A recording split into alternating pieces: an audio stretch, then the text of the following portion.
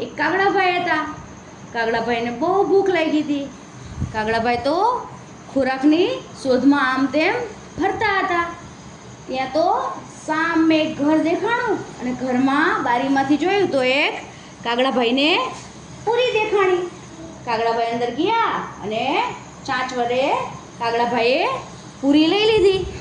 પૂરી લઈને ઉડીને એક ઝાડ ઉપર કાગડાભાઈ બેસી ગયા અને કાગડાને થયું હવે હું નિરાંતે અહીંયા ખાઉં.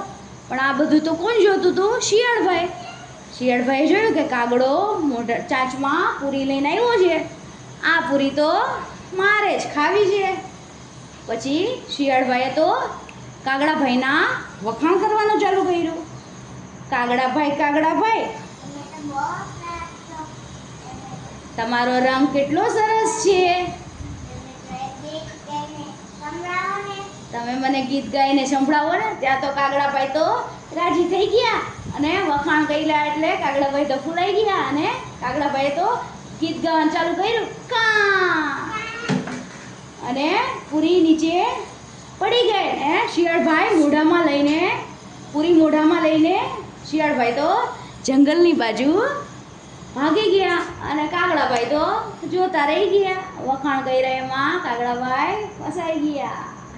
ચાલો, સરસ સમજાણું. મજા આવી.